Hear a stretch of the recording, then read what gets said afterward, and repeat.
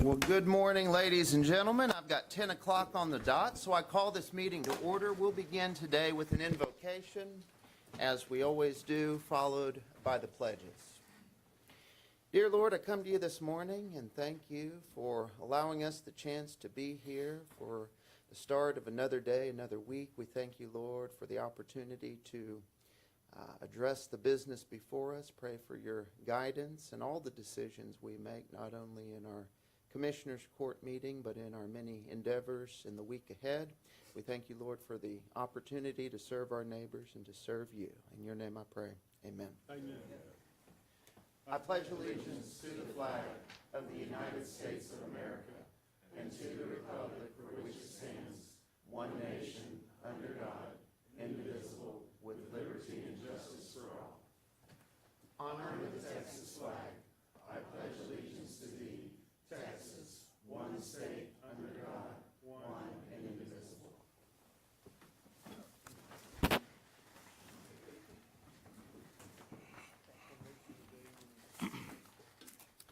Next item we have on our agenda this morning is citizens communication. Anyone who would like to speak to the court on an item of county business that's not individually listed on our agenda, you are welcome to do so at this time.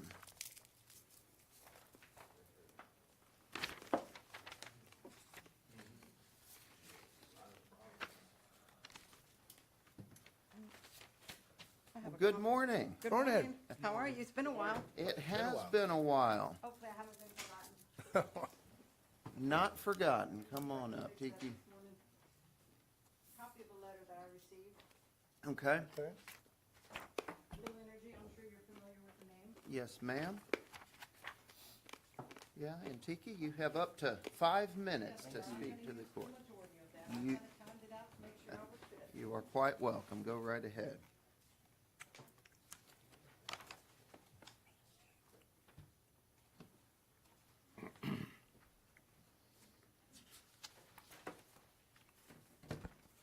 All right, first off, I'd like to tell you that I do appreciate the opportunity to address you. It's nice to be given this opportunity. And Tiki Vingler for the record over there. I'd like to thank you for your time, the energy that you dedicate to representing your precincts and the citizens in them, those voters who put you where you are. I'm here this morning to express my concerns about the Blue Energy nuclear power developer who's seeking permits to build in an area near Bloomington. I received a good neighbor letter from Blue Energy, made copies for each of you. In this letter, the consulting company representative expressed a willingness to sit down and talk at my table over the phone, or however would be easiest for me. However, in truth, when I called the number given, the representative is from New York and is unable to come to Texas to meet with me face to face. As you can imagine, having the representative deny the truth of the letter I just received set my, for lack of a better word, spidey senses to tingling. Further, the representative was unable to answer my questions pertaining to noise pollution, light pollution, environmental safety, not to mention my very real concerns about water usage and the continued safety of my well water quality or the water table in general dropping and running those of us in that area out of water, as has happened in many other communities when data centers have come in. Wasn't even aware of the data center issue at first. As I reread the friendly neighbor letter, I began to feel that the monies offered up to myself and other nearby landowners was in reality merely hush money paid in order to bind signers to a gag order forbidding anyone who signed from complaining in any format at a later date. Many more spidey senses erupting at this point, as this does not create trust or indicate best intention as a caretaker of the land or those good neighbors. I then went to their listed website, www.blueenergy.co, and read that an AI data center is also planned and will be powered from this site. Now, I'm extremely more concerned. Therefore, I am coming to you, the elected officials put into office by voters who expect you to make choices that are not detrimental to the people of your precincts. I'm asking for your help. Protect my community, please. Due to industrial progress, Bloomington has already lost a railroad depot, which was a historic building, and a well-known historic tree dear to many in our community. Bloomington recently incorporated in an effort to save our community from further encroachment and destruction by a group who is currently under investigation for multiple alleged felony offenses. The community knew it would not be easy, but did not know of any other options to protect ourselves. This incorporation was successful, but it was admittedly a desperate move, which has left us as a city with insufficient income and a minuscule operating budget. You're aware of this as you've reached out and helped us multiple times. Greatly appreciated. We're admittedly small, but sadly without a very large voice. Industry is coming to the Bloomington area. I will acknowledge this. Literally, my personal backyard.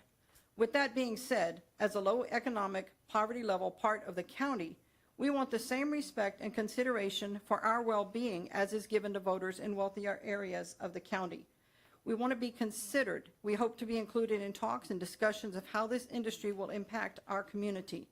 We want real answers and assurances pertaining to long-range effects on our environment, water quality and availability, noise and light pollution, nuclear waste management and disposal, the effects on human life and wildlife, power cost, as well as anticipated demands on the power grid.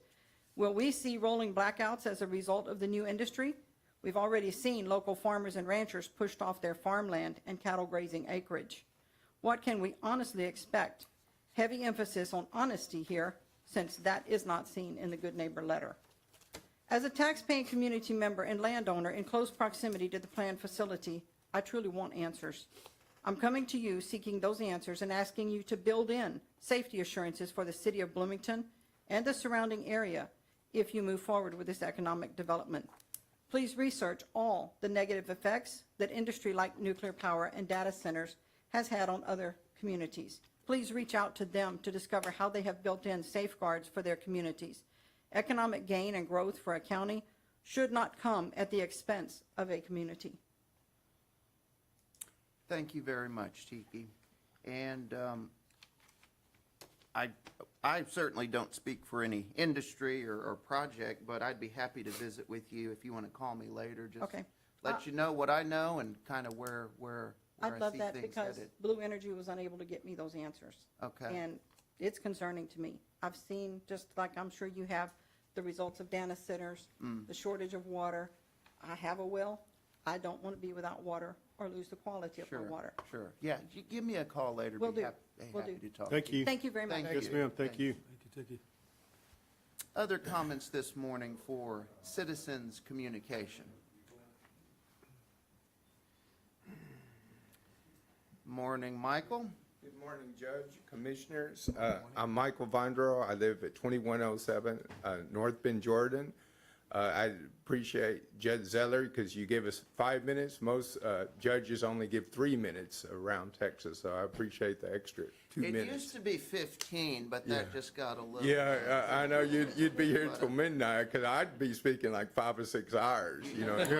You always We make know, it in well yeah, we know under that the well, wire, Michael, you would be. Yeah, but We got to put a time If you were cap going to on talk you. that long, we have to insist on the jacket. yeah. Anyway, the nuclear plants, they just tell you the positive stuff. They don't tell you the negative stuff. You know, it's like when you're on a date and you're trying to impress a woman, you don't tell her about your criminal convictions. You tell her about your work history and you're stable and you're a good family man and you pay your child support. You don't tell them you were convicted of a murder and served 10 years in prison. You just focus on the positive because you're trying to win them over, and that's how these nuclear plants are. You know, they're just doing their job. They say, win them over and get this in and stuff, you know. And it appears that like they're ghosting that person, you know, because they don't want nothing to do with her because they don't know how to answer it. I'm complaining again about Summerstone Apartments. It seems that like they always do things when code enforcement or the commissioners are involved, but when they're not involved, nothing gets done.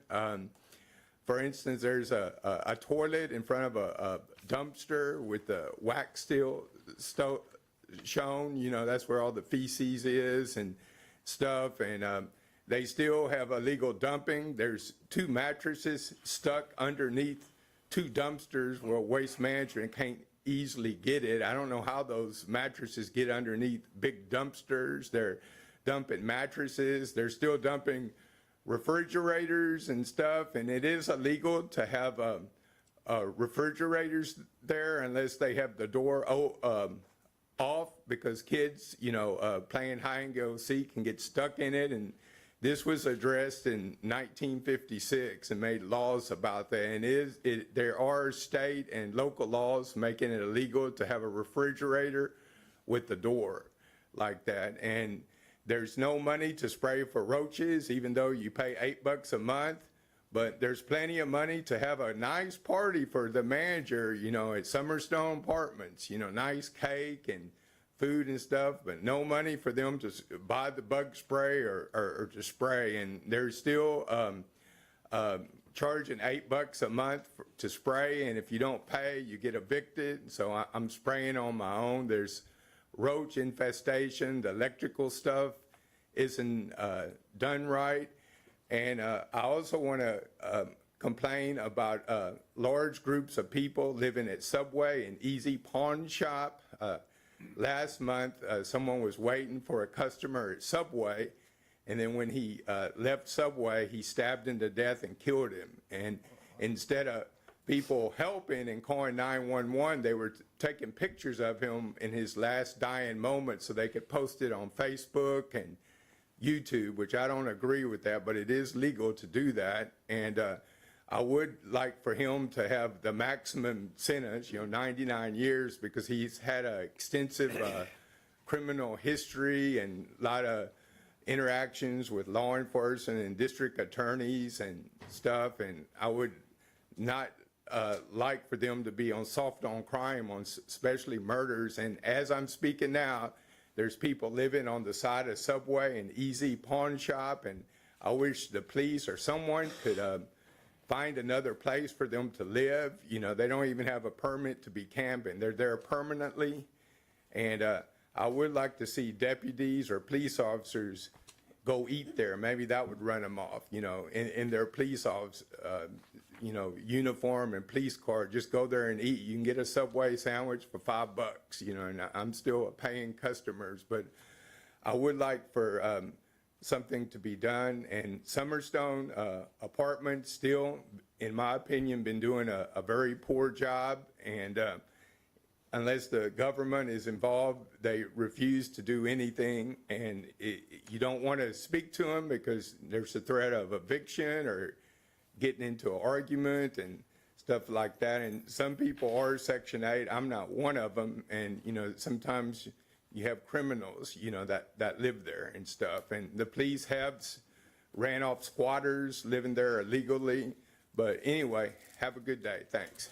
Thank you, Michael. Other comments this morning for citizens' communication?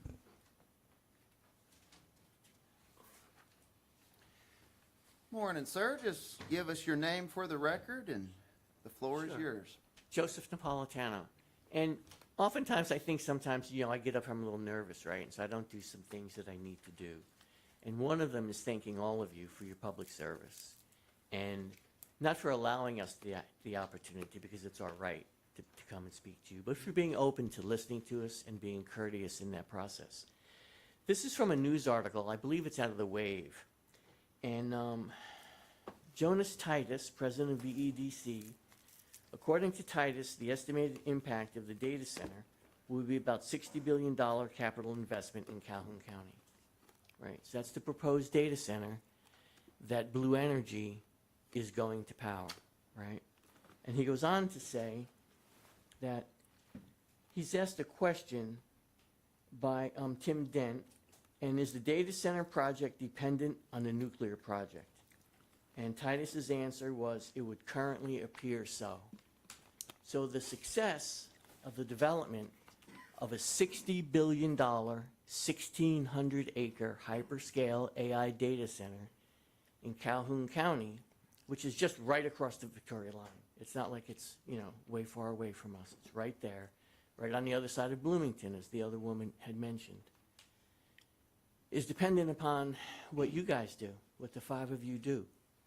In the tax abatement package that Blue Energy put forward to Bloomington Independent School District, they said that without the abatements, they would not build, that they have other options and places to go. I believe one is in Indiana, one is in Illinois. I could be wrong on that. I don't have that abatement package in front of me.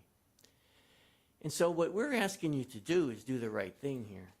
There's nobody that wants except developers, a $60 billion development in rural Calhoun County.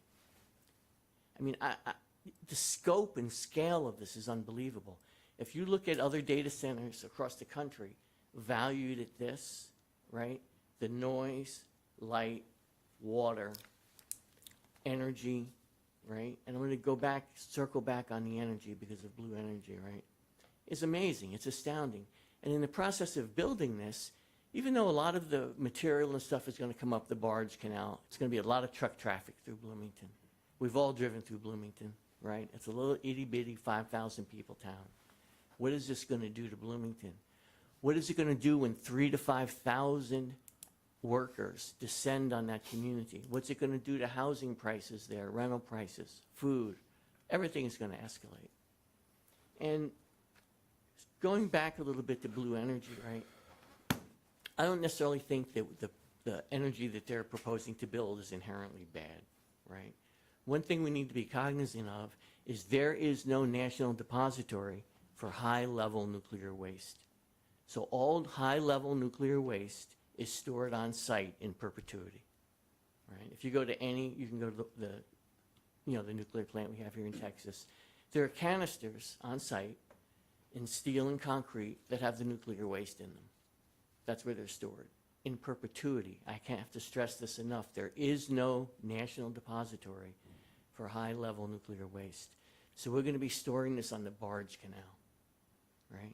Right on the Barge Canal. What happens, Cat 4, Cat 5 comes up. That's already relatively unstable land out there anyway, right? It's coastal shoreline. What's going to happen to those canisters?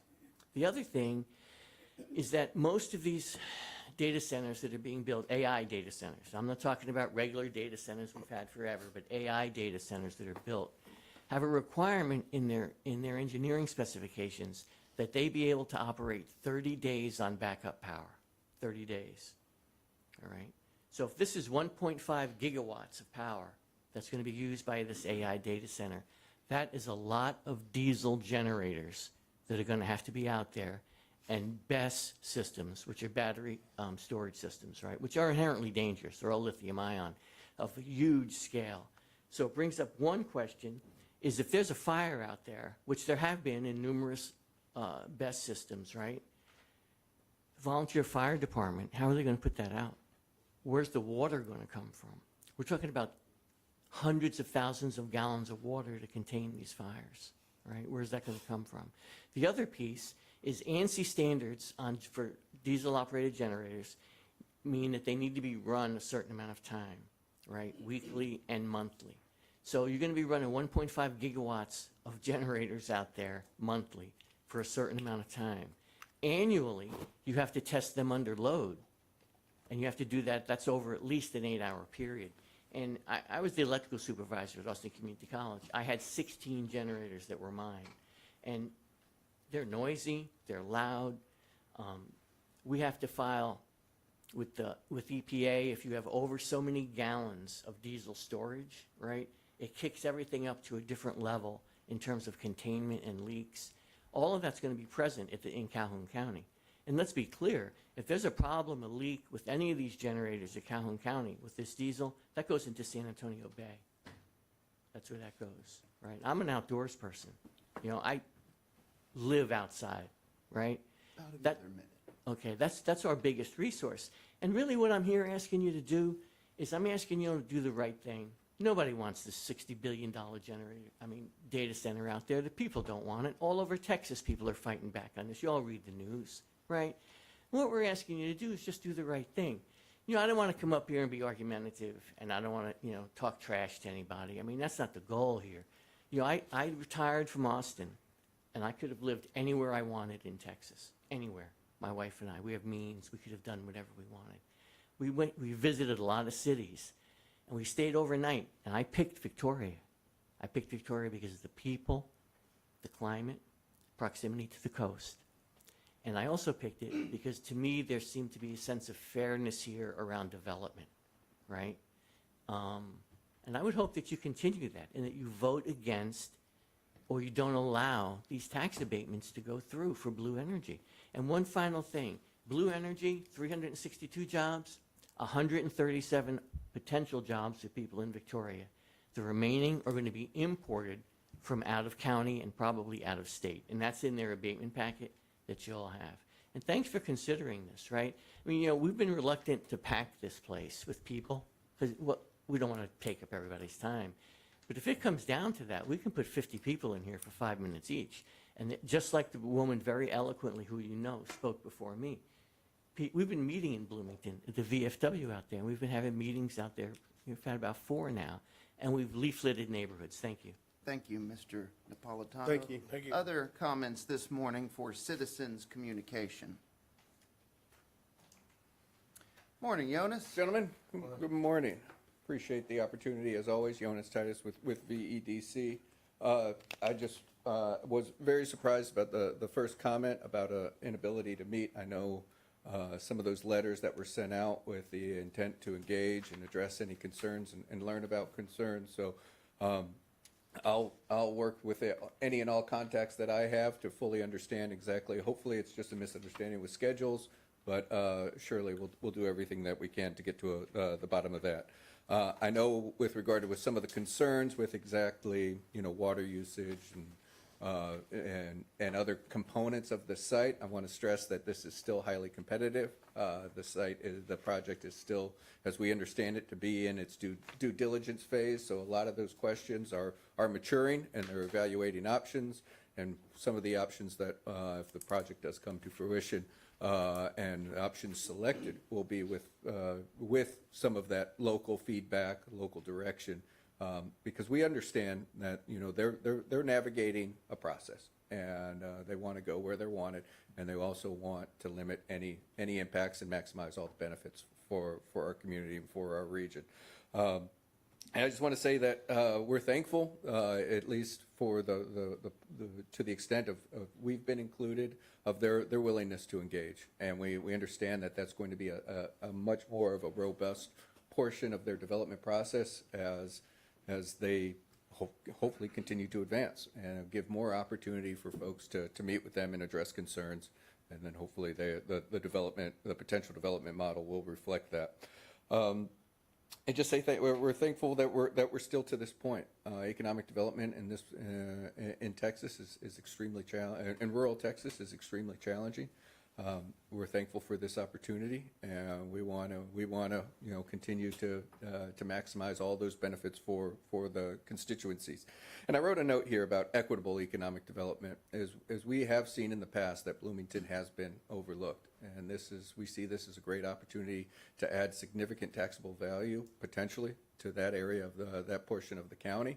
And that will hopefully provide significant resources to elevate, especially the students in the Bloomington School District. I was writing notes with some of the comments, but we understand that all of these projects will go through a development process with the county engineering team, understand any potential impacts that they might have as far as safeguards, fire protection. There are no, as all concepts that we have seen, there are absolutely zero diesel generations. They have proposed a bridge of natural gas to a nuclear development model.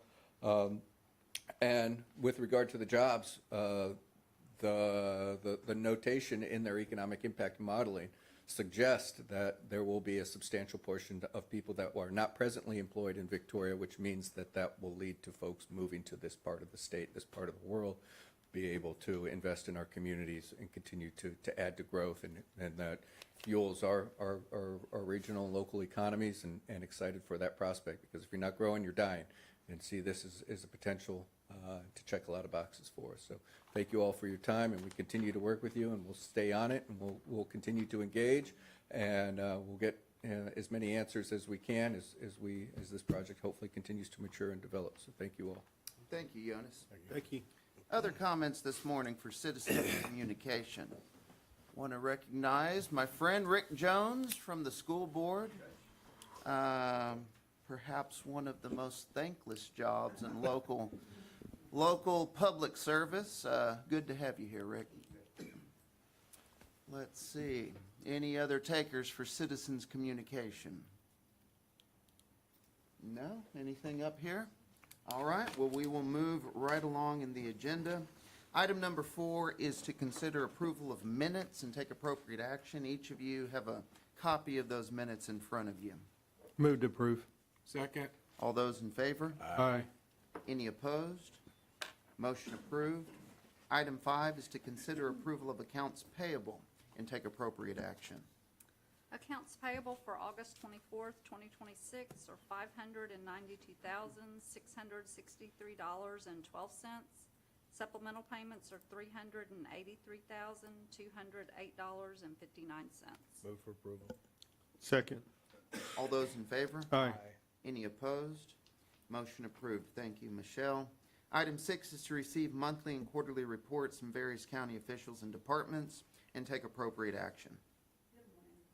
Today we have monthly reports from the county treasurer and the sheriff. Move to receive. Second. All those in favor? Aye. Any opposed? Motion approved. Item 7 is to consider approval of bond forfeiture releases and take appropriate action.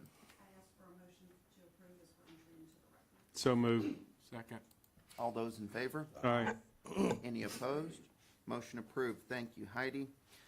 Item 8 is to consider approval of Citizens Medical Center interim vendor payments and take appropriate action. We each have the August 20th letter from our hospital showing interim vendor payments in the amount of $188,962.41, and the ACH report on that same date totaled $2,607,641.44.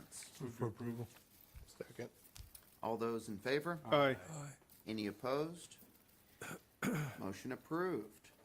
Our next item, item 9, is a proclamation, and that is to, item 9, hear a proclamation in celebration of the 25th anniversary of Citizens Healthplex and take appropriate action.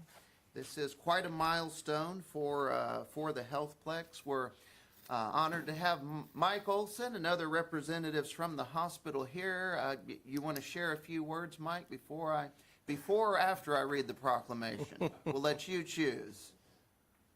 I'll do it before. I'll have Brett come up with it. Brett, yes, sir, come on Yeah. up. Brett's our director out there at the Healthplex, but as you mentioned, this is quite a milestone for the Healthplex. It's been our community for 25 years and benefiting a lot of people's lives in terms of trying to help them keep their health and fitness and well-being, as well as we have other services out there like our physical therapy and rehab therapy and things like that as well. So it's a wonderful facility and a great asset for the community, and we're really pleased to be able to recognize the 25 years for them. So, Brett? Yes, indeed. Just want to say thank you for all the support we've had over these years. It's a remarkable place. I know many of you have been there, changing lives every day for the better, and we just appreciate the support and the recognition today. Thank you. Well, we appreciate you, Brett and Mike, and we have a proclamation here to commemorate this quarter century. It reads as follows. Whereas Citizens Healthplex, part of the county-owned Citizens Medical Center, is celebrating its 25th anniversary of helping local residents achieve better overall health, and whereas Citizens Healthplex was established in 2001 with a clear mission to improve quality of life through exercise, health education, and physical rehabilitation, and whereas the Healthplex was constructed as a state-of-the-art multi-function facility which opened to employees on August 13th, 2001, and to the public on August 27th. And whereas from its beginning, Citizens Healthplex has grown alongside our community, adapting to a greater emphasis on preventative care and wellness, and whereas through a collaborative team of healthcare providers, therapists, educators, and certified fitness professionals, the Healthplex has worked with countless residents of Victoria County and the Crossroads area to improve their health and enhance quality of life. And whereas at a current size of 72,000 square feet, Citizens Healthplex is widely regarded as our region's premier fitness and wellness center. And whereas in addition to exercise and wellness services, the Healthplex offers comprehensive rehabilitation care, including physical therapy, occupational therapy, speech, language pathology, cardiac rehabilitation, and a robust therapy department offering a wide range of services. And whereas the Healthplex is home to a vibrant community of nearly 4,000 members who come to exercise, connect, and encourage each other in a positive environment. And whereas the Healthplex members range from young adults to seasoned citizens in their 80s and even 90s, exercising together with shared goals like in achieving or maintaining a healthy lifestyle. And whereas this Tuesday, tomorrow, August 25th, a 25th anniversary celebration and ribbon cutting will be held at the Healthplex, featuring a special membership offer during the event. Now therefore be it resolved that the Victoria County Commissioners Court does hereby proclaim August 25th, 2026 as a celebration of Citizens Healthplex 25th anniversary in Victoria County, Texas, and we urge all our residents to join in celebrating this milestone and to strongly consider how fitness and wellness can enhance their current and future quality of life. And I would add also to consider joining the Healthplex. I guess the details of the special, is that going to be unveiled at the event, or do you have any? We can unveil it here. It's, when you come to the event that evening, you'll get a coupon for joining for only $25. It's a coupon good for 7 days. So we Okay. invite everyone to come in. If you're not currently a member, come to the event, celebrate with us, and then enjoy that coupon with a significant savings on the enrollment fee. Awesome, awesome. Well, thank you for that. And that is it 4 o'clock tomorrow? 4 to 6 p.m. tomorrow. At the Healthplex. Should be a great event, and we're looking forward to that. Let's see, let's vote on this, and then let's get a picture down here. All those in favor of adopting this proclamation? Move for approval. Second. Do what? Oh, getting ahead of myself. What We did have it a say over motion there? and a second. There we go. Thank you, Heidi. All right, now, all those in favor? Aye. Any opposed? Motion approved.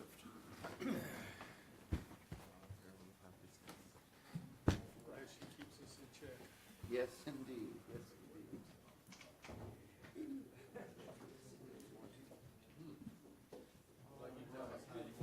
Okay, well, Brett runs the operation, so we'll, stand here. Let's see, do we need to shift to the?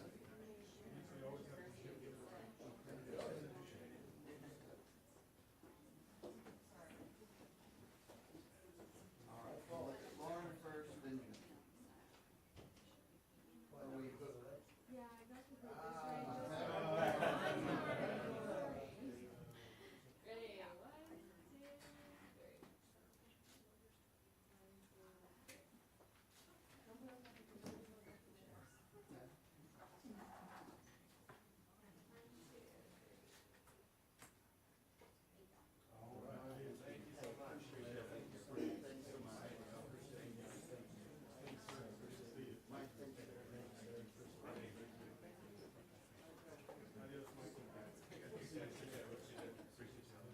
Thanks, dude.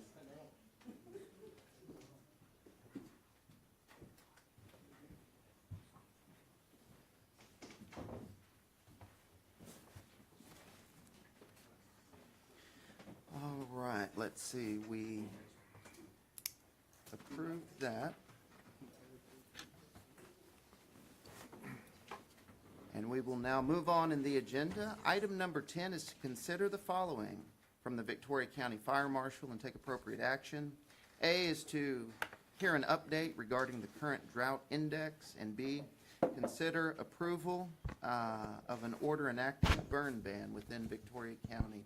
Dan, good morning, sir. Morning, Judge. Morning, Commissioners. Yeah, it's been dry. It's been a while since I've been up here. Last year, I went over the KBDI a little bit. So just as a refresher, our KBDI is our drought index that we monitor the fire hazard, fire dangers and stuff, the moisture in the soils and stuff. Other counties around us have already gone into some burn bans over the last couple of weeks, and of course, I field phone calls as soon as other counties go into burn bans, asking why we're not. So just as a refresher, our KBDI has a minimum and then a mean or an average index, and then a high index. And the way they gather those is essentially 5 square miles, and they pull moisture readings and stuff like that. So in a county that may be west or north of us, their lowest might be 500, middle might be 550, and their highest might be 600. So that means the most moist part in their county is still dry. It's still over 500. Where like ours last week, because of how we're kind of more coastal, and we back up to Lavaca and stuff like that, we do have an area that might be 525, 550 on our high side, but we may still be in the 400s on the low side.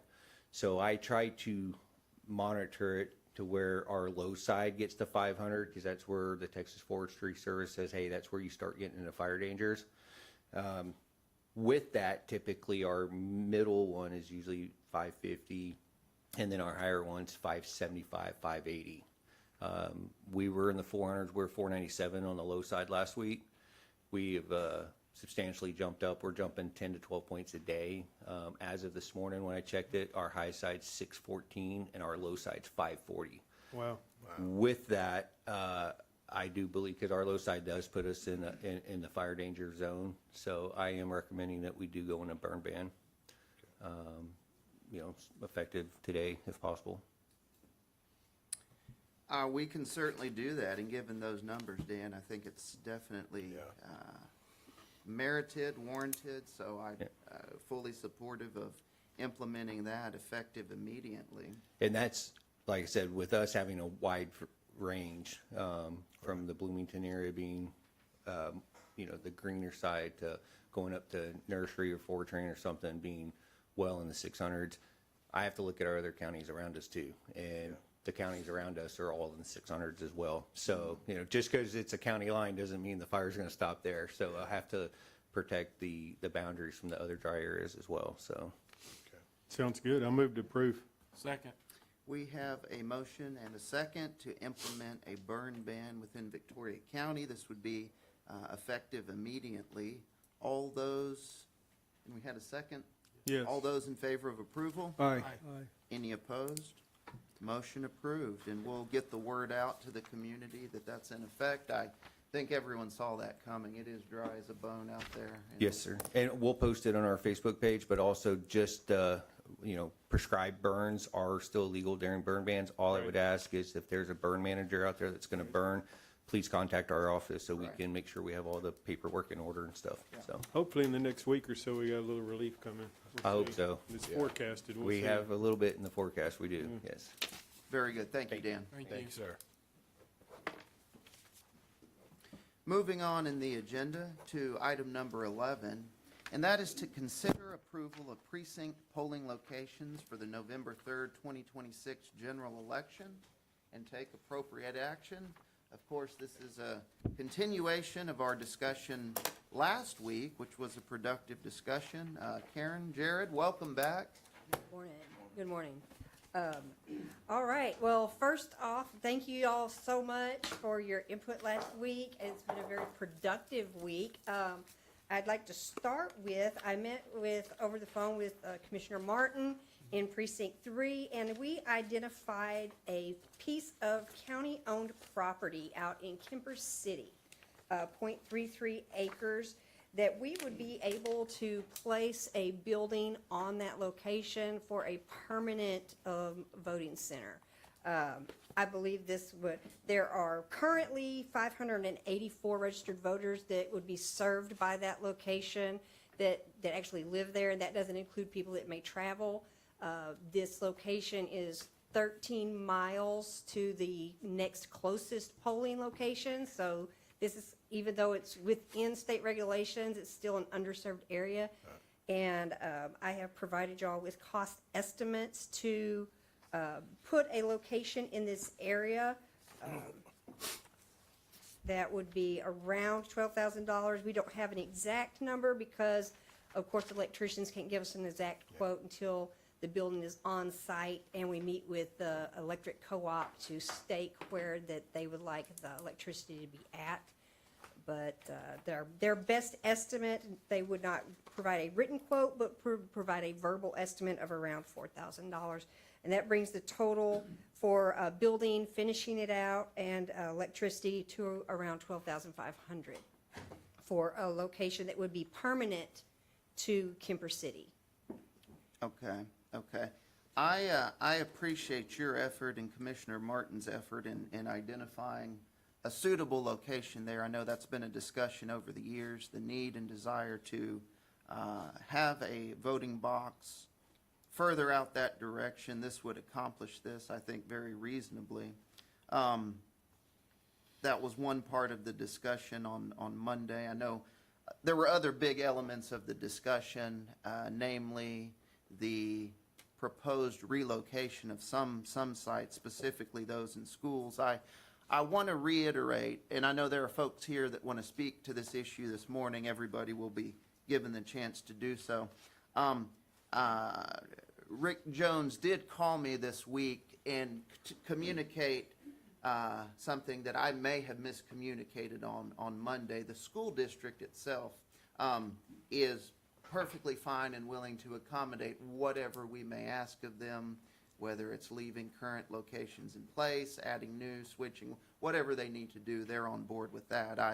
When I mentioned some concerns I've gotten over the years about voting locations in schools, they've always been from parents, not from school staff or ISD officials. So I want to make that clear that they're very willing and able and quite fine with accommodating whatever we ask of them.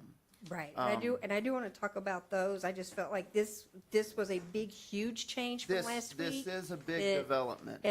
And the other part of this is that this would add a polling location in Commissioner Precinct 3, which would eliminate the need to close a location in Commissioner Precinct 4. We would meet the Texas Election Code requirements for number of polling locations. Okay, so I guess let's focus on the proposed changes that have happened since last week. Okay. Since last week, what we're looking at now is a lineup that would keep Allo.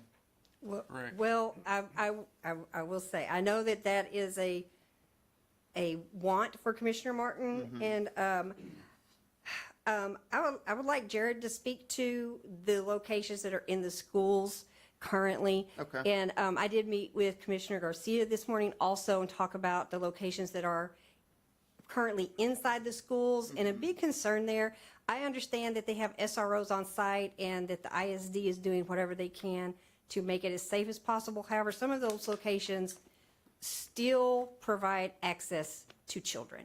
And I'm going to let Jared talk more about those locations. Okay. Morning, Jared. Morning. Good morning, Commissioners. Morning. The issue with the schools, the VISD over the last several years has done everything that they can to make things safe and to make sure that voters won't be near any children. That's not including when school lets out, when there's children all getting on their buses and getting picked up, and voters may be coming through that time.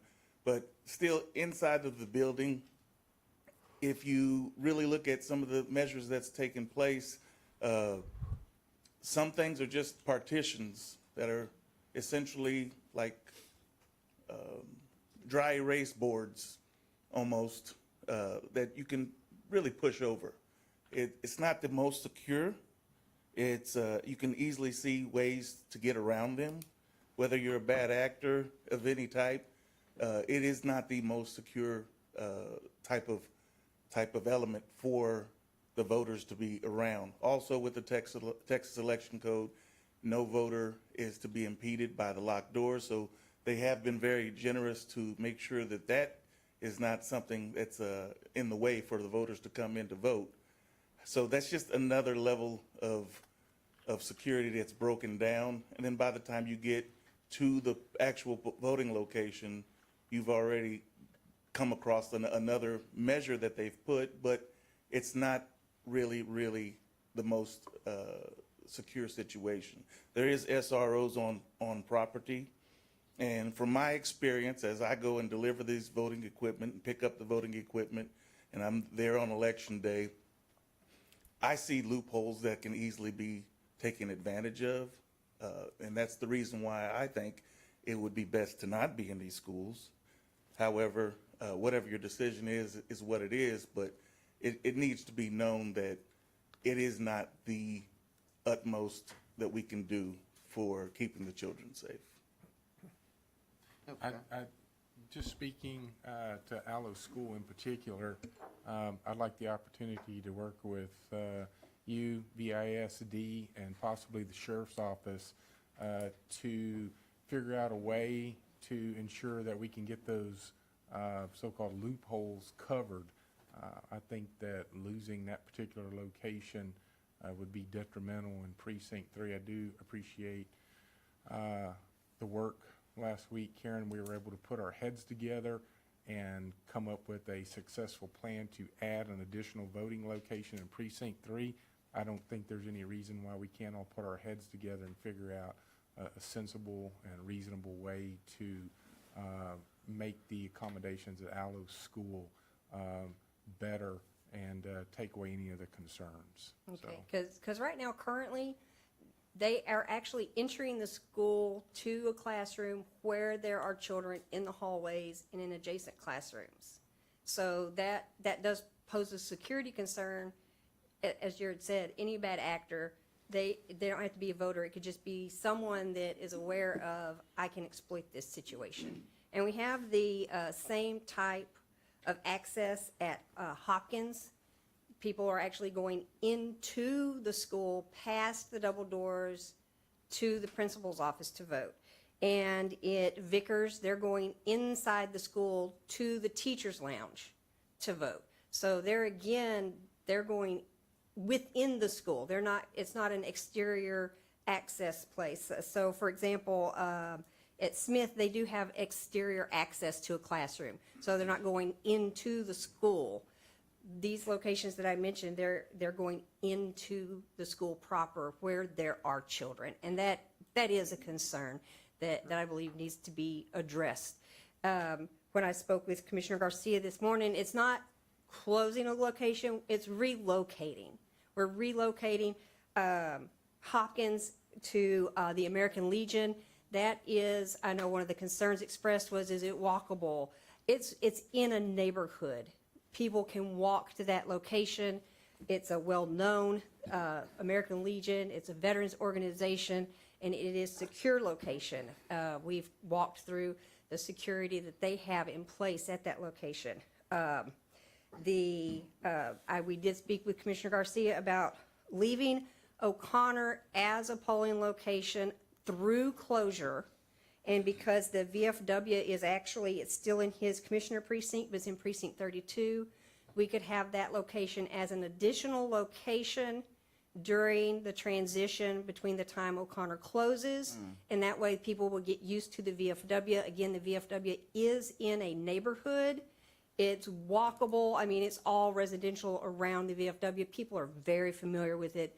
They're well known for their Wednesday burger nights. That idea makes sense, to have them both. Just transition out. As a transition phase.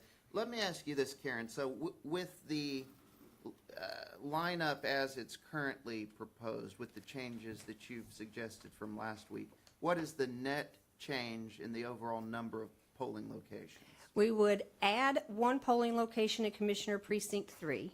Okay. We would temporarily add one location in Commissioner Precinct 1 while we go through that transition of O'Connor until they close. So for the November election, we would be looking at an increase of 2 polling locations. Correct. And then once O'Connor closes down, it would be a net increase of 1. Correct. Okay, okay. And I do want to say, we are still actively looking at alternative locations for some of these schools that are presenting a problem, where they do have inside access. You mentioned in our conversation, Karen, that you're going to make an effort to contact, I guess, the diocese. Correct. For Santísima Trinidad, which would be in the Pleasant Green area. Yes, sir, Right. and on a bus route. And on the bus route, okay. Yes, sir. So, you know, this proposal that I have is at this time and moving into the May election also, the best efforts that we have so far. That doesn't mean we don't want to continue to look at ways to improve access to voting. And that's what I believe that this recommendation does, that it improves access to voting, which is what we want to do. You know, like I said, it's not closing, it's relocating. That's important to make that very clear, that we are relocating some of the areas, not closing, while still making an effort to add, in the future, add an area that's in the neighborhood of those areas that we're relocating to. I do want to stress that I'm still not in favor of having voting in schools. I just don't think they're safe. With everything that's going on in this world, everything's fine until it's not. And then it's going to be our fault for allowing it. Right. And while we do appreciate the presence of the SRO, they're there for the school, they're not there for us. So if they are And not called every to, school has an SRO No. on that specific No. campus. right, so if that SRO is called to something on the other side of the campus, then they're not protecting the students that are in the voting area. So, you know, and I have nothing bad to say against VISD at all. They have been most No. generous and helpful. Yes. However, there are just some things that, you know, physically, they are unable to accommodate. And again, Karen, like I said, everything's fine. Nothing's ever happened. Correct, And everything's fine until it does happen. correct. And that's what we want to avoid. We do want to avoid the what-ifs. The Patty Welder Gym in Precinct 1, moving straight across the street, I think that's a great That's a move. I great think that's move. an easy move. That is one location that, as Jared said, it just had like a cubicle wall. You could just walk up to it. There's still kids having having gym in the gym. So that didn't present a safe location at all. And VISD helped us identify that new location. So that was very helpful.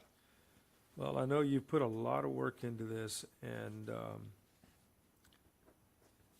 just transferring some of those locations to different areas, and still, at least in the precinct that I represent, the number is not going to be smaller, the number of locations. You're actually adding locations to some of the other precincts, so that's an improvement to allow people to get out there and vote. You know, several years back when we moved to You Could Vote Anywhere, that's a big help too. Yes, sir. And countywide voting does help a lot. We've been in talks with the Transit Authority about getting the word out that people can take the bus. It comes right to Patty Welder. It goes near other locations, and we're identifying those areas to let people know, hey, this is an option to access voting. And one of the reasons right now that I have some of the locations not changing till May is so that during that November election, when we have a larger turnout, we're able to provide voters with information to say, okay, here are some new polling locations that you can access in the next election. And that allows us to interact directly with the voters. And which is what would be occurring specifically at O'Connor Sounds good. in November. Correct. Okay. I like I like this idea. I know it's changed somewhat. The efforts to put a new location out in Kipper City, that's a no-brainer. That's a I mean, on a county-owned property there, so that's a no-brainer. We can do that. What Commissioner Garcia has suggested of leaving O'Connor open at the same time the VFW is open for November to make that transition, that makes sense. I guess the only thing in addition to that that I'd like to see is keeping Allo open. The biggest reason is, of all the voting locations, whether school or non-school, that's in our top 5 of busiest, most active. Exactly. The concept of moving that over to the volunteer fire department, I think of all these, that would be one of the more disruptive changes. So if we are able to make that happen, I'm supportive of that. I think it would be an option to, even in addition to the present SRO folks that are there, to have a sheriff's deputy there, whether the sheriff can reassign them for the day, or we just need to hire an off-duty officer specifically for that location. But whatever the route, I think I would be supportive of keeping Allo. Okay, well, I'm willing to work with VISD and Commissioner Martin to maybe identify a different place within Allo that maybe doesn't have as much access. Exactly. I mean, I don't have a problem with whatever y'all decide to do, honestly. Yeah, I just want to do what's best for the voters, and I want as many people to be able to access voting locations as possible without putting other people in jeopardy. Sure. I have the same concerns that Commissioner Garcia stated about the keeping the children safe, the staff there at the school safe. Totally understand that, and just want the opportunity to work with whoever VISD, the sheriff's office, and let's try to figure out a better plan for Allo School. And Okay. I'm willing to sit down and work on that with you and figure it out. Absolutely. Thank you. And Karen, whatever you guys are doing to bring in more people to work the polls, you're doing a great job. I don't Thank know what you've changed, but it seems to be working. All right, thank you. Excellent, excellent. Well, I know some folks, I believe some folks were here to speak to this issue. First, Rick, anything on behalf of the ISD that you'd like to share You additionally? kind of summed up our position from VSD there. Security and safety of our children is utmost important, obviously, right? That's our top priority. We also want to do whatever we can to help encourage voter turnout, right? It's very important to us that citizens speak their opinion, and we really encourage that. And if there are places that we can help you make that decision, that's fine with us. And, we'll do what we can. I can't commit to a specific action because I'm one vote of 7. I can commit that we would consider and we would talk about things and how we could make sure that we are doing things to protect our children. So, and if Awesome. so. Appreciate y'all being such good neighbors, Rick, and the partnership we've had related to the voting locations and many other things in the community. So that is helpful, and we appreciate you. Anybody from the public who would like to speak to the discussion in front of us, this agenda item? Yes, ma'am. Come on up. If you just give us your name for the record, please. Sure, Judge Eller. Thank you. Thank you. I'm Glenda Nickel. I'm president of the League of Women Voters here in Victoria. We have reformed the league in the last, this is probably our 4th year. We've become very active in our community.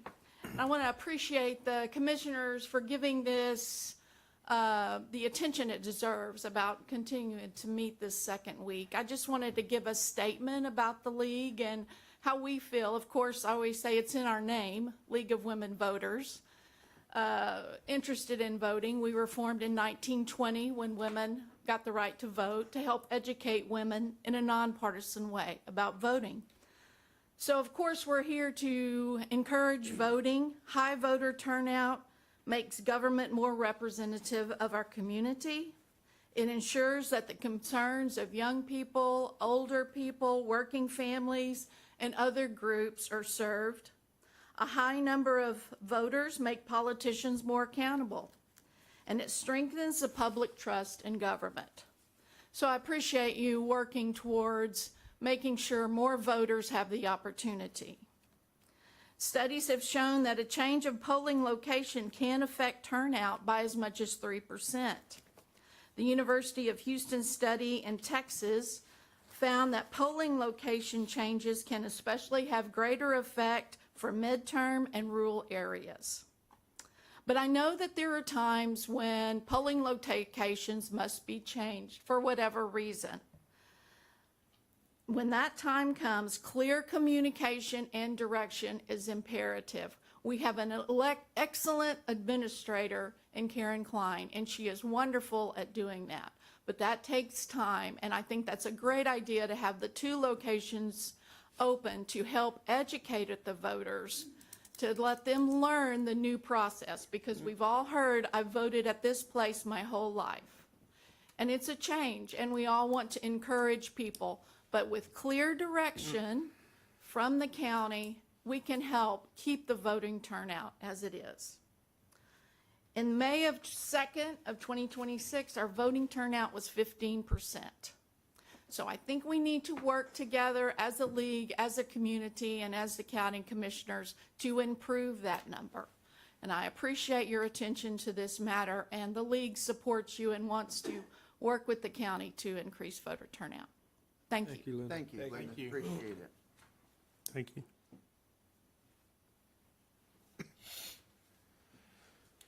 Good morning, Jewel. Morning. Morning, ma'am.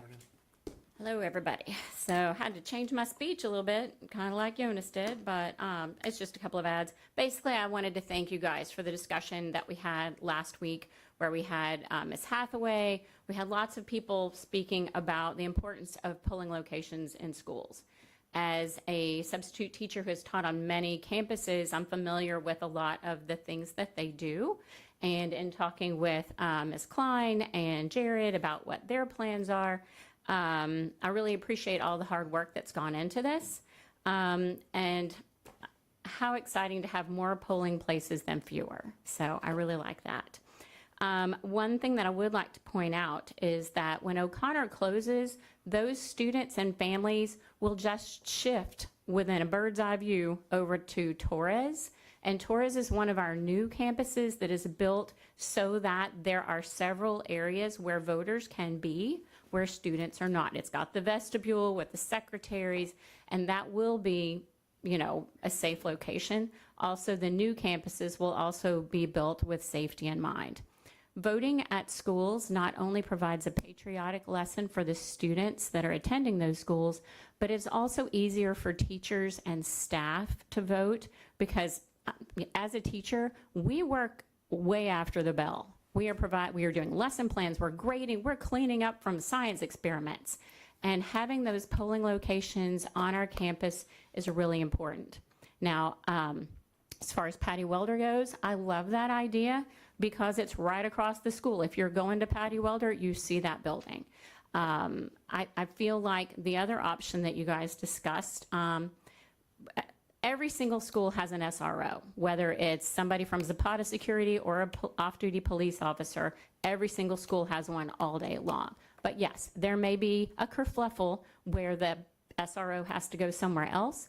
But for one day, I feel like having a sheriff's officer there will alleviate all of those problems at those few spots, such as, what was it? Hopkins, or I'm not sure what school she mentioned. But Karen and I have been talking about this, and when I came to the meeting today, I was under the impression that the only locations that were moving would be Patty Welder going across the street to Kids Connection, and then the necessary closure of Shields. But anyway, so basically, I just really hope that we keep polling in schools for the students, the staff, the family, and the community. Yes, moving something to the VFW or some other location might still be close, but it doesn't have that familiarity. It doesn't have the ease for the parents, the staff, and the students that being on those campuses will have. And since we have the support of the school district, the school board, and the school personnel, I really feel like we should keep that there to keep our voting numbers up. In the words of my commissioner, Mr. Ort, from the paper 2 weeks ago, you always want to be careful with taxpayer funds. It's always kind of a balancing act when you want to be able to maintain and keep services going that people rely on for the county. And I want to thank you guys and thank Karen and Jared for increasing access to voting, the small amount of money that it's going to cost for the additional place in Precinct 3, and the small amount of money to hire a sheriff for a couple of locations for one day, I think is very valid and important to our community. So thank you very much. Thank you, Jewel. Anyone else wishing to speak to this agenda item? So what we have in front of us, and I know we put into the agenda packet the most recent proposed lineup, but what would change from what's printed in the packet is that Allo would remain and O'Connor would remain for November.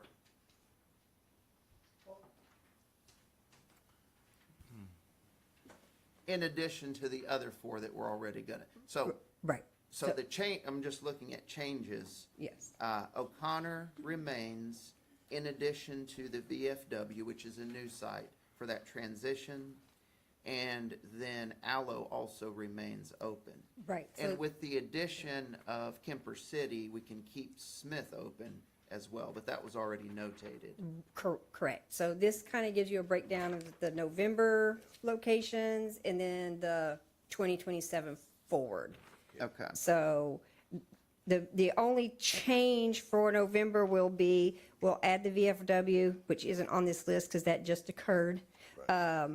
Texas A&M, Northwest, small business is replacing Shields. And then we're adding Kemper City. And it won't be until May when Hopkins would transition to the American Legion, Patty Welder would transition to the Old Kids Connection, and then O'Connor would stay as long as it's open. Okay. And with that game plan, there would remain 6 schools open for November. Correct. Okay. How is that best put? I guess just the list you have, Karen, notating on there the changes that we've made, because we'll need to vote on this, and that'll go into the record here. Okay, let me.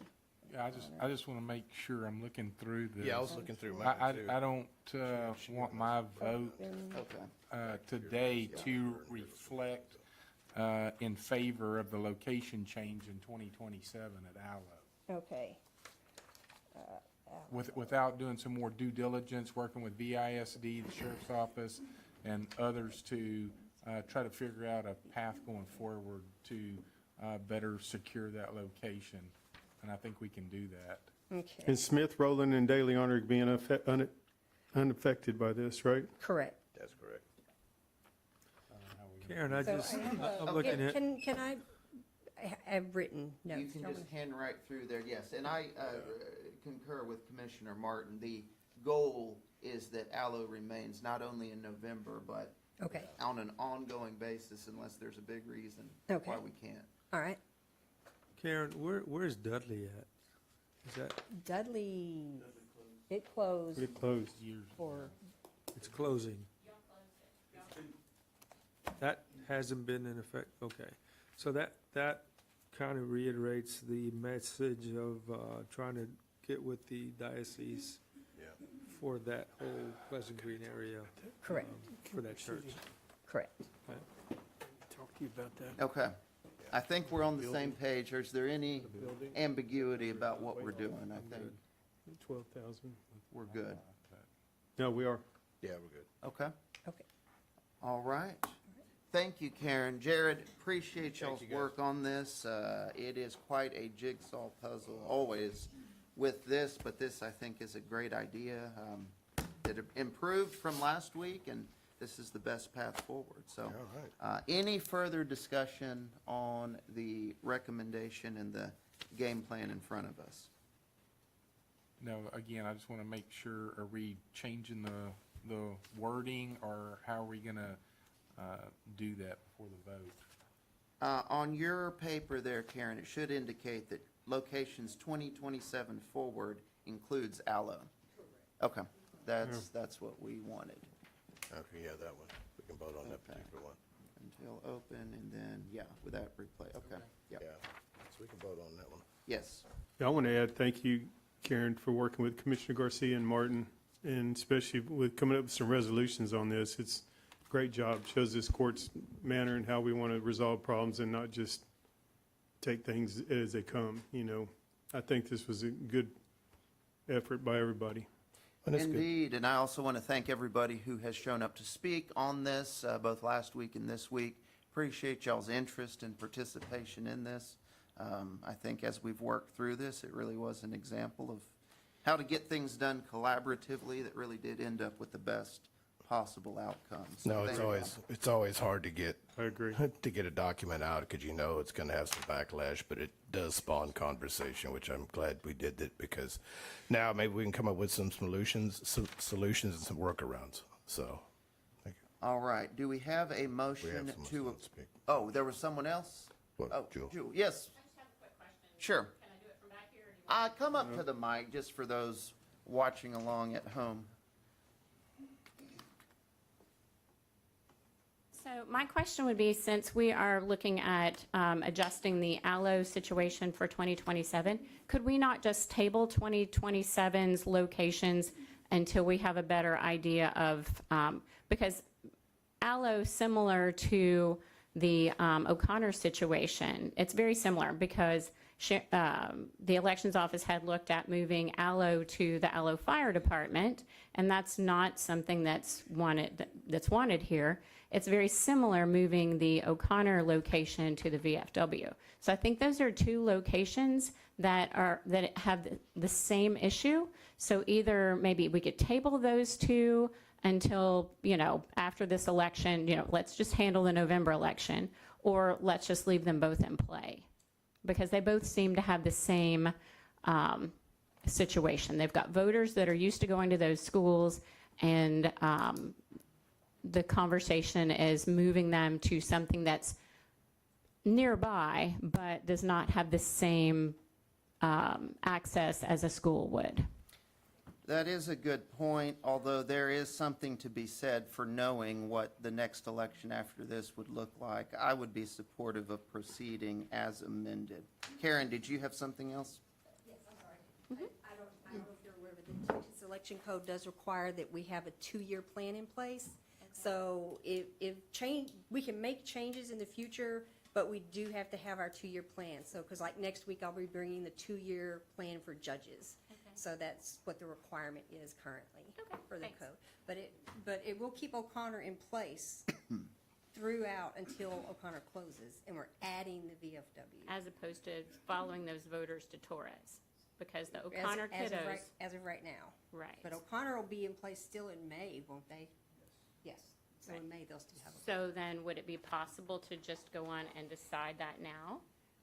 Well, that's a discussion we can have. I think I think we have sufficiently addressed this, and I would entertain a motion to approve as amended. So moved. Second. We have a motion and a second. Is there any further discussion related to this? All right, all those in favor of approval? Aye. Aye. Any opposed? Motion approved. Appreciate everybody's engagement and feedback once again. Rick, thanks again for you guys and for all you do. All right, moving right along in the agenda to item number 12. That is to consider approval of a memorandum of understanding between Victoria Independent School District and the Victoria County Sheriff's Office regarding the 2026-27 School Resource Officer Program and take appropriate action. Didn't we have oh no, that, I guess, was that Bloomington last week? Yeah. The Yeah. folks, okay, so this is VISD. Okay, we have a memo from the sheriff recommending the adoption, and we could do that with a motion to do so. Move. Second. We have a motion and a second. All those in favor? Aye. Aye. Aye. Any opposed? Motion approved. Item number 13 is to consider approval of proposed 2027 Victoria County Sheriff's Office and constable fees and take appropriate action. Let's see here. This is something that's done, that we're required to do annually. Heidi, is there anything additional that we might need to know about this? No, there's no changes requested for this upcoming year's fees. All Yep. 4 of the constables and the sheriff have commented that they are satisfied with where it is. Very good. Thank you, Heidi. Move Do we to have a approve. motion to approve? Second. All those in favor? Aye. Any opposed? Motion approved. Item number 14 is to consider approval of the 2027 Victoria County holiday schedule and take appropriate action. My understanding is what we have in front of us, Madison, is just a carryover of the same lineup that we currently have. Move to approve. Second. Motion and a second. So no changes on the number or No the changes. days? Okay. Yep. All right, we had a second to reapprove the same holidays. Motion and a second. All those in favor? Aye. Aye. Any opposed? Motion approved. Item 15 is to receive for the record confirmation of completion for 2026 countywide cybersecurity and AI training and take appropriate action. Matt, what have we got here? This is just the certification or the confirmation from the state that we certified that we completed our AI and cybersecurity training for this year. All right. Did everybody do it who needs to? Yes, we got everybody. We got all the stragglers. We had a couple we had to disable because they were out on leave or not using their accounts and all of that, but we got everybody active. Good job, Matt. Thank you. Good stuff. Thanks to everybody for taking their training. Move to receive. Second. We have a motion and a second. All those in favor of receiving? Aye. Any opposed? Motion approved. Item 16, consider approval of the Texas Health and Human Services Grant Agreement, Amendment 2 for the Texas Home Visiting Services at the Victoria County Public Health Department and take appropriate action. Good morning, David. Good morning, Dave. Judge Commissioners. So this is just an updated statement of work included in this contract, as well as they've added the FY 26 and 27 funding to those grant documents. It also indicates a change that happened a few years back from DFPS, Department of Family Protective Services, over to HHSC, being the primary agency that handles this grant. Simple enough. Any questions for David on that? All right, do we have a motion to approve? So moved. Second. All those in favor? Aye. Any opposed? Motion approved. Thank you, David. Thank you, David. Item 17 is to consider the following in regard to the annual supply contract for road materials for Victoria County Road and Bridge Precincts 1, 2, 3, and 4, and take appropriate action. This is items A through H. I won't read out each of these, but our discussion is as printed on the agenda in front of you. Good morning, Adrian. Good morning, Judge. Good morning, Commissioners. Morning. Yes, all this is just what happened a few months ago. This was already approved to move forward with the contract or to award on May 26th.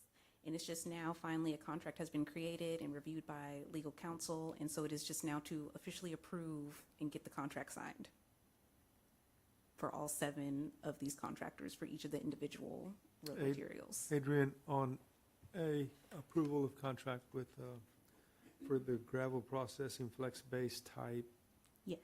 it's not a type on there. That's what I was wondering. Oh. I'm sorry. Oop, sorry. Well, it is type B. Type B, okay. Thank you. No problem. Commissioner Garcia, it is in the agreement that it's type B, grade 3 rock. All right. Move for approval. Second. Second. Did we reject PE because we don't use it? Thank you so much, Commissioner. So that is being rejected because when that vendor that won the award reviewed, they realized that they didn't have the proper materials. I got you. And then I've reviewed with your road and bridge guys, and they're just like, actually, no, just if they can't do that, we don't want to do that. So that is why that needs to be Okay. rejected. Sure. All right, good. Makes sense. Thank you. So it still stands. Okay, so we had a second. Yep. So we have a motion and a second to approve items 17A through H. All those in favor of approval? Aye. Any opposed? Motion approved. Thank you, Adrian. Thank you, ma'am. Item 18 is to consider approval of the following requests for payment in connection with the Texas Community Development Block Grant Award. A, Grant Works in the amount of $3,480. B, Lynn Engineering in the amount of $11,250. C, Experts Underground Solutions LLC in the amount of $94,607.10. I don't see Robin here. I can speak to that if y'all have any questions. These Yeah. are just some invoices for the Bloomington Sewer Rehabilitation Project. Okay, so these were all in reference to that? Yes, sir. Yep. Okay. Okay, so we had passed on this one, Michelle. Yes.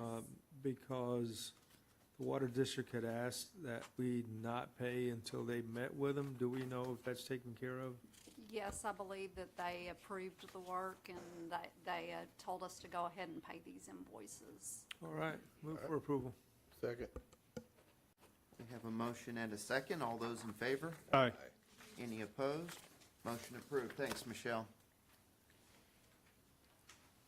Item number 19, consider approval of American Rescue Plan Act Draw Request Number 10 in the amount of $9,500 for the Victoria County Navigation District and take appropriate action.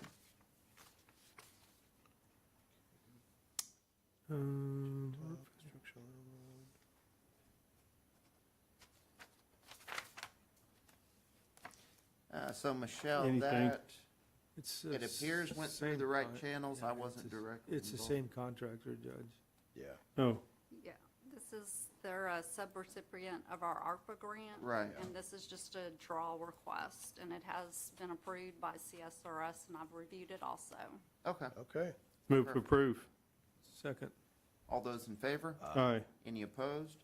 Motion approved. Item 20, consider approval of Resolution 2026-085 for a road donation in the amount of $575 from Donnie Carroll at 453 Gertie Road in Precinct 1 and take appropriate action. Move for approval. Second. All those in favor? Aye. Any opposed? Motion approved. Item 21, receive a letter of permission to enter the private property of Dale Marbach located at Oliver Road in Precinct 2 and take appropriate action. Move to receive. Second. All those in favor? Aye. Any opposed? Motion approved. 22, consider approval of the following Just one? detention and/or residential contracts with the Victoria Regional Juvenile Justice Center. A, Calhoun County, B, Comal County, C, DeWitt County, D, Kerr County, E, Maverick, Dimmitt, and Zavala counties, and F, Waller County. Move to Move- approve A through F. Second, A through F. All those in favor? Aye. Any opposed? Motion approved. Item 23 is to consider approval of personnel changes, if any, and take appropriate action. It looks like there was a couple in here. One from the juvenile detention or the juvenile facility, and then another HR change in status. Do we have a Move to approve. motion to approve? So moved. Second. All those in favor? Aye. Any opposed? Motion approved. Item 24, receive for the record discretionary fund budget amendments, if any, and take appropriate action. There are a few of those in there from the So sheriff's office. move to approve. Second. We have a motion and a second. All those in favor? Aye. Any opposed? Motion approved. Item 25 is to consider approval of 2026 budget amendments. We do have a few of those in your agenda packets. We can approve them all with a motion to do so. Move for approval. Second. All those in favor? Aye. Any opposed? Motion approved.